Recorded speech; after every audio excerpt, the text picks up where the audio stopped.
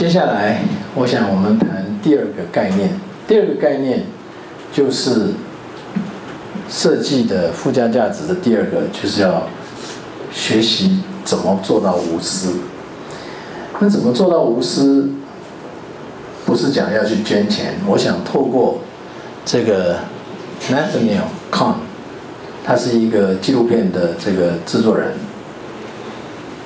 他拍了影片其实不多，但是很有名的一支叫做 My Architec， 他是在讲他父亲的故事。在进入这个影片以前，我想跟各位讲一下这个故事跟他的关系。他是建筑师路易康的儿子，可是他从小并没有跟他住在一起。他父亲很忙，不止工作上很忙，而且他有好几个婚姻的关系，所以他回家的时候都是很短很短。那么他从小其实有一点点不喜欢他的父亲。慢慢的，他长大了，他希望透过去了解他父亲的作品，去了解这个人。所以从作品的访问，他去拍纪录片的时候，他开始让一个他不认识的父亲跑了出来。我想要透过这个影片跟大家讲一个稍微更深一点点的概念，就是无私这个概念。我先把我在2008年做的一个演讲跟大家先分享。我内心里面的路易康啊，那当然，如果不了解路易康的人，顺便可以从这里来了解一下他。2008年，我做了一场演讲，叫做“凝视沉静与触摸光影”，在21世纪城市路易康，在诚品书店的一场演讲。这是路易康的作品。1966年，他被这个 Kimbell Art Museum 要求要做设计。他在1972年这栋房子盖完，这个是他的 sketch。康对于这个 museum 的答案是说，光是主题，光，我要处理光。所以你可以看到他在第一个草案的 sketch 里头，他就在利用模糊的线条去处理，真正要紧的是光。Light is the theme， 这是他写在图的旁边。30多年以后，安藤忠雄被业主要求在这栋房子的对面盖另外一个博物馆。相距30多年的邻居，安藤忠雄要想的是，那我的答案是什么？路易康说光是主题，那我呢？当他仰望的这个作品的时候，他必须找出自己的答案。这是他的答案，也是光。这个是在1997年Tadao Ando设计的 Modern Art Museum of Fort Worth， 就在路易康的 museum 的对面。你如果在 Google 的地图上看，大概相距不到100多公尺。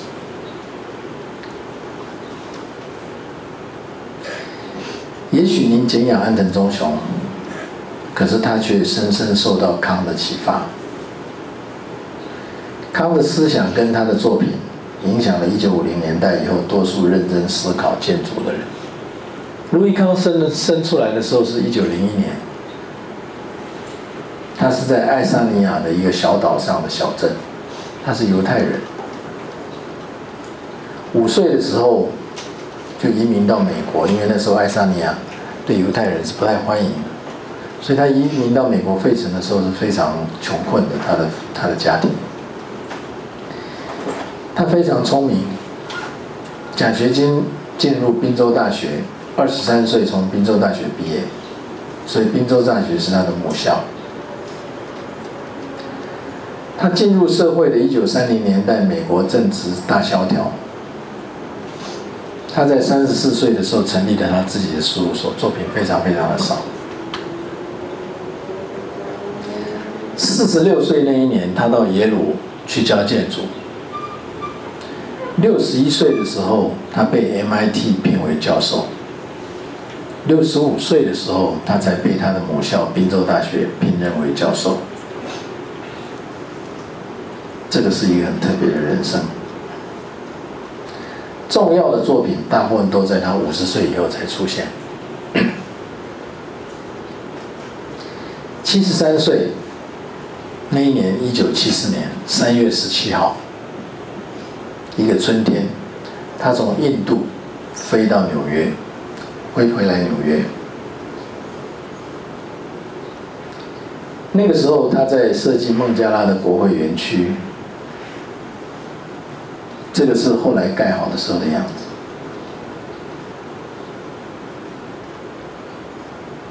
同时，他也在设计印度的管理学院 IIM。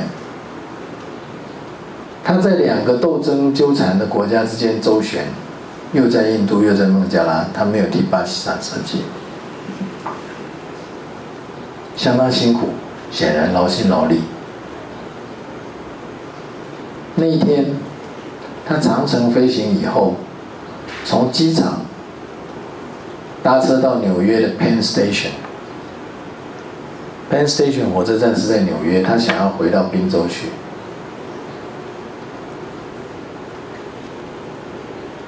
也许他太累了，他就在机场的洗手间死去。躺在他公事包里陪他的，是已经他完成的一个手稿——罗斯福纪念碑。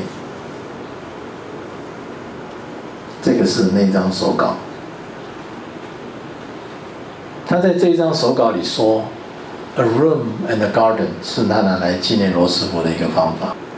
他认为罗斯福纪念碑是一个 point of departure， 是一个要到远方去的地方。Control of the nature, gathering of the nature, beginning of architecture.Extension of self。 康的说话很像诗，你不仔细想还不容易了解他为什么要把罗斯福的纪念碑设计成这样。不过，如果你是一个喜欢康的人，你可以从他的话里面了解很多很多的情感。NYPD 也就是纽约的警察局花了3天，才晓得他是鼎鼎大名的建筑师康。他们把他当无名尸来处理。他死后是负债的，但是他却拥有很多人敬仰的资产。纽约时报大楼还有关西机场的建筑师，也许这位建筑师大家可能比较更认识，叫做 Renzo Piano。他在1965年到1970年的时候，在康的事务所工作。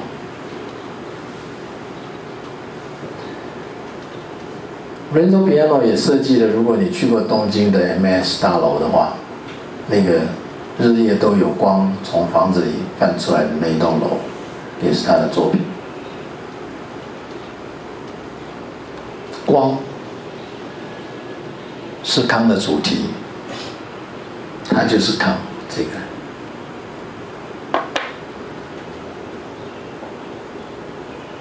这是他。你可以看到他脸上有疤。他是一个宁静，就是凝视沉静，就是他可以看见 silence， 然后他可以摸到光影。他是一位哲学家。他一句非常有名，在课堂里讲的话，就是说他要求学生 wonder not analysis， 不要去分析，要好奇。你要好奇，但是你不要去分析。他认为做设计不应该去分析，是要好奇。我们今天在讲的对自然界，你要好奇，你要谦卑，不是要去分析。好奇什么？他在年幼的时候，他家里火炉里生的火，他觉得火为什么会有一些绿色的火焰跑出来，他就伸手去抓，结果他身上着火。那个疤痕就是他对光影好奇的印记，他的脸上的疤痕就是他身上着火的一个原因。他深深的体悟黑影是来自白光，黑影跟白光事实上都不存在，但是他说材料形塑的实体却是真正的存在。在我发表演讲的前几天，也就是2008年5月18号下午1点钟，芝加哥正在拍卖一栋路易康的房子，是他1959年的作品，0.6英亩，69.5平，卖200-300万美元。其实比起台湾的房子，也真的不贵。这栋房子的平面非常的单纯，可是当你看到立面的时候，你会很感动。每一个比例都经过他细细的去处理，从那个时候他就在处理光，让光用不同的方式进到房子，照在不同的材料上面，产生出来的光影跟材料质感的变化。这是这一栋要卖的房子。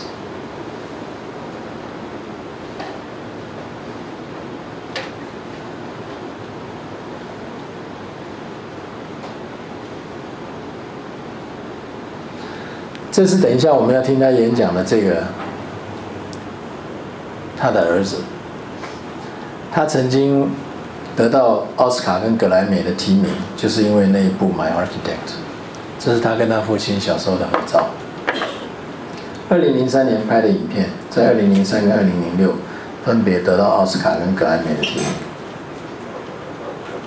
他透过拍摄父亲的作品去理解他的父亲。康曾经说过这句话，也许大家都可以去体会一下。他说的 "Building feels"， 房子是有感觉的 ，and it's a good feeling that I have nothing to do with it, that some other had did it。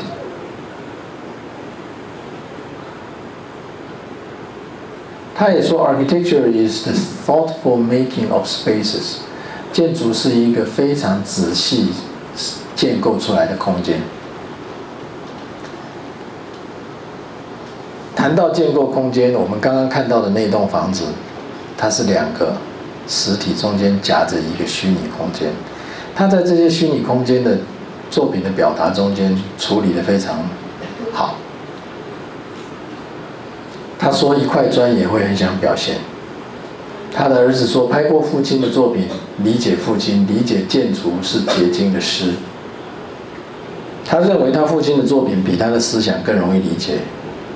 父亲是有诗样的思想谜样的人，因为他对他的父亲实在不太认识。这是在自己的事务所里拍的照片。这是他设计的一个房子的加建。后面的这个部分，前面这个是老的。从空中看这栋房子，里面我们可以看到这些屋顶的格子。当年是康开始了让我们感受到建筑如果用45度线加进去的时候，产生多大的变化。所以它让我们知道。一个形体，当它是正轴被切的时候，当它45度轴被切的时候，它会产生很多不同的感受出来。所以，当它的这个房子的45度从45度进去的时候，那时候我们当学生，我们都在学习它的方式。他很小心的去处理从柱子过来梁的大小，让建筑变成是一个诚实的话语。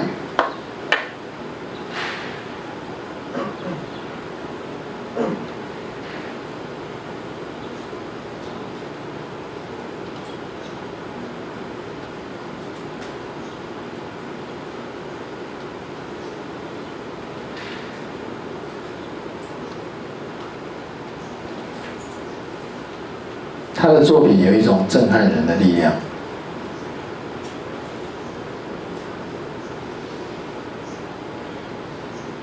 简单的材料看起来非常的气派。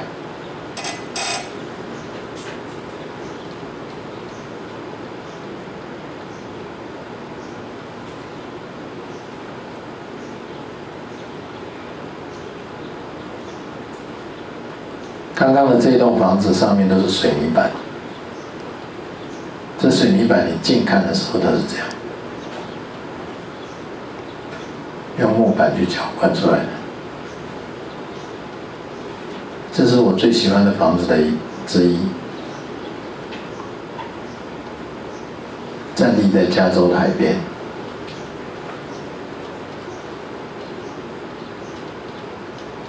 从这里看过去，觉得希望无限。每一个研究室都对着大海。康还有多少梦？除了罗斯福纪念碑呢？许多的书把他未完成的作品画了出来。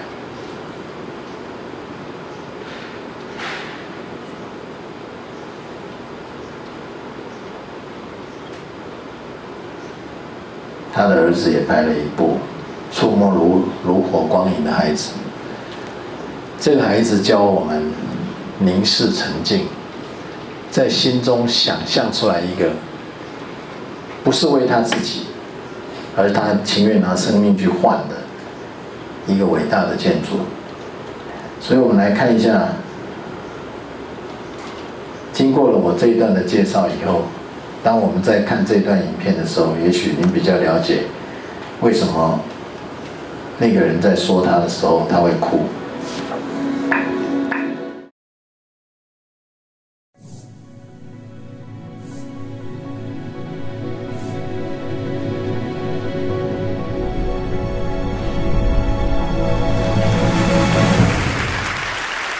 One thing I wanted to say about filmmaking is about this film, in thinking about some of the wonderful talks we've heard here, Michael Motion, and some of the talks about music, this idea that there is a narrative line and that music exists in time. A film also exists in time. It's an experience that you should go through emotionally. And in making this film, I felt that so many of the documentaries I'd seen were all about sort of learning something or knowledge, or sort of driven by talking heads and driven by ideas. And I wanted this film to be driven by emotions and really to follow my journey.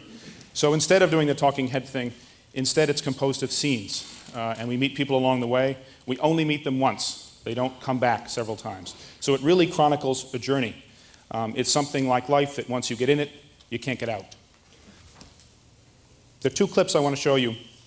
The first one is a kind of hodgepodge. It's just four little moments with three of the people who are here tonight. It's not the way they occur in the film because they're part of much larger scenes, but they play off each other in a wonderful way. And that ends with a little clip of my father, of Lou, talking about something that was very dear to him, which is the accidents of life. And I think he felt that the greatest things in life were accidental and perhaps not planned at all. And those three clips will be followed by a scene of perhaps what to me is really his greatest building, which is a building in Dhaka, Bangladesh. He built the capital over there. And I think you'll enjoy this building. It's never been seen. We were the first, it's been photographed, still photographed, but never been photographed by a film crew. We were the first film crew in there. So you'll see images of this remarkable building. A couple things to keep in mind when you see it. It was built entirely by hand. I think they got a crane the last year. And it was built entirely by hand off bamboo scaffolding, people carrying these baskets of concrete on their heads, dumping them in the forms. It is the capital of the country, and it took 23 years to build, which is something they seem to be very proud of over there. It took as long as the Taj Mahal. Unfortunately, it took so long that Lou never saw it finished. He died in 1974. The building was finished in 1983. So it continued on for many years after he died. And so think about that when you see that building, that sometimes the things we strive for so hard in life we never get to see finished. And that really struck me about my father in the sense that he had such belief that somehow doing these things, giving in the way that he gave, that something good would come out of it. Even in the middle of a war, there was a war with Pakistan at one point, and the construction stopped totally, and he kept working because he felt, well, when the war's done, they'll need this building. So those are the 2 clips I'm going to show, and roll that tape. 他刚刚讲到说，真正有梦想的人呢，他是不一定会看到他的那个梦想实现。这也是我想要跟对设计有感觉的人同学们说的话。我为什么讲说要无私呢？很多时候我们都觉得这个作品我非要看到不可，可是真正重要的是，真正重要的作品你也许看不见，但是你一定要去做它。你不开始就没有人开始，所以这个大概就是我说的无私的意思。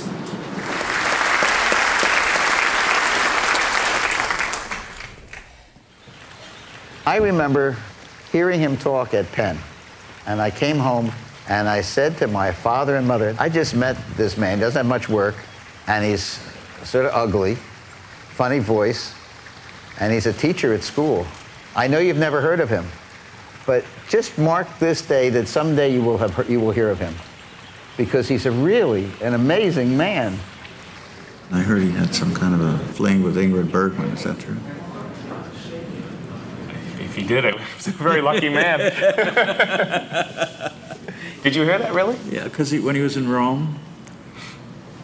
He was a real nomad. And, you know, when I knew him, when I was in the office, he would come in from a trip and he would be in the office for 2-3 days intensely, and he would pack up and go, and, you know, he'd be in the office till 3 in the morning working with us. And there was this kind of sense of the nomad in him. I mean, you know, as tragic as his death was in a railway station, it was so consistent with his life, you know. I mean, I often think I'm going to die in a plane, I'm going to die in an airport, or, you know, die jogging without an identification on me. I don't know, I sort of carry that from that memory of the way he died. But he was a sort of a nomad at heart. How accidental our existences are, really, and how full of influence by circumstance.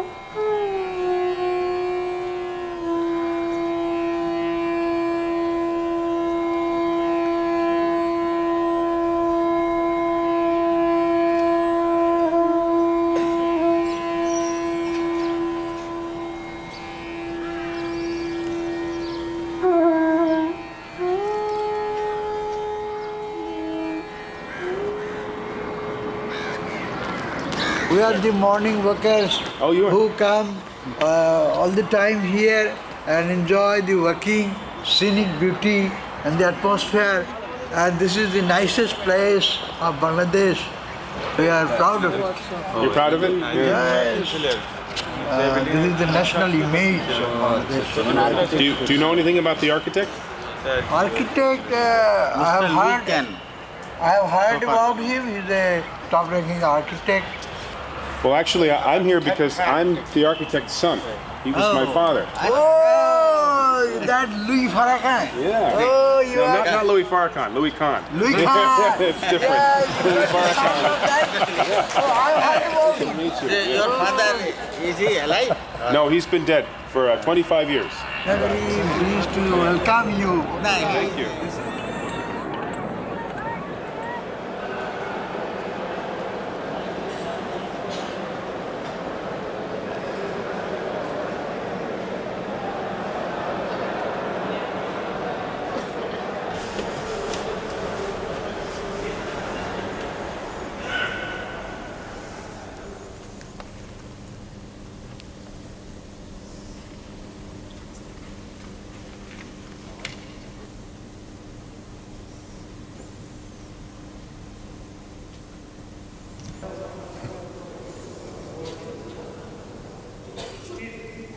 You never saw it finished, Bob. He didn't. No, you never saw this.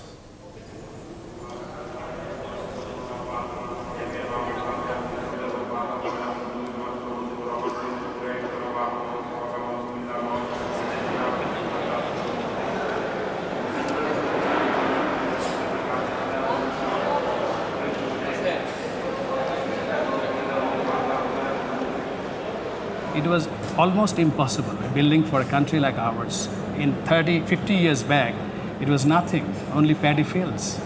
And since we invited him here, he felt that he has got a responsibility. He wanted to be Moses here. He gave us democracy.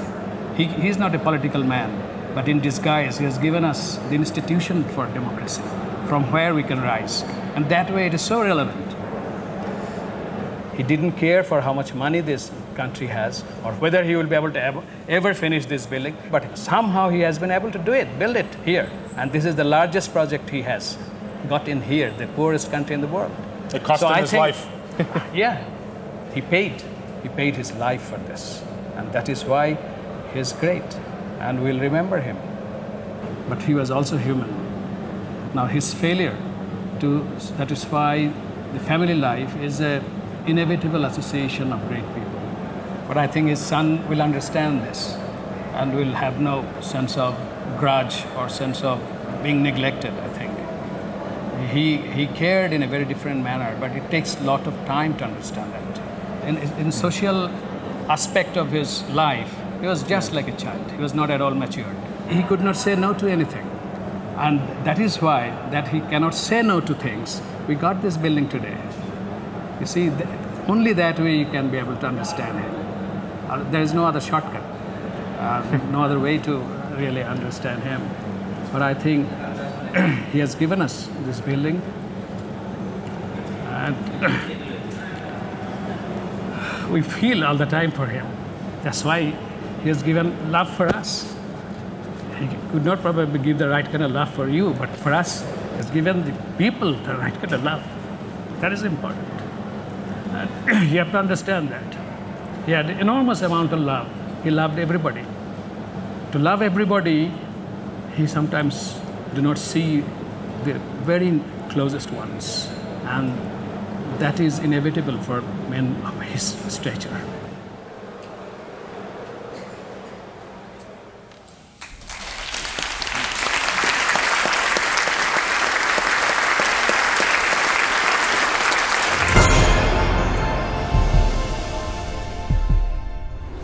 这是一支非常简短的影片，如果各位有兴趣，其实可以去看整个的纪录片。它是一个我看过里头一个非常好的纪录片。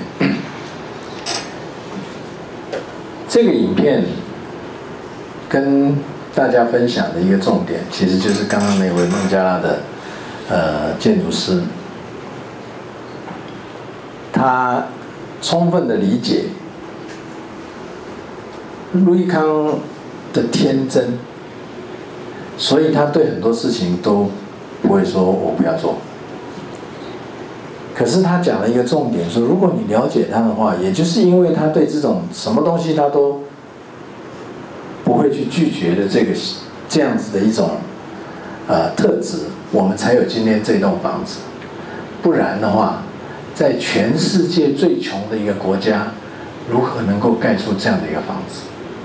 所以我们大概也可以知道，要在全世界最穷的一个国家，在30年前要去盖这样子的一栋房子，他当时飞来飞去，从美国到孟加拉之间是多么的辛苦的一个工作。不过，我想这个也是最主要今天想跟大家分享。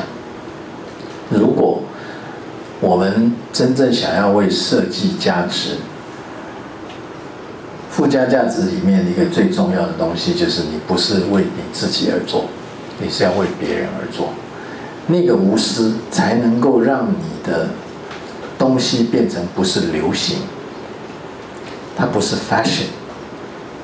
你仔细看他的那栋房子的工做的不细，没有办法，那是一堆很穷的人用他们的双手打造出来的一个他们的首都的国会建筑。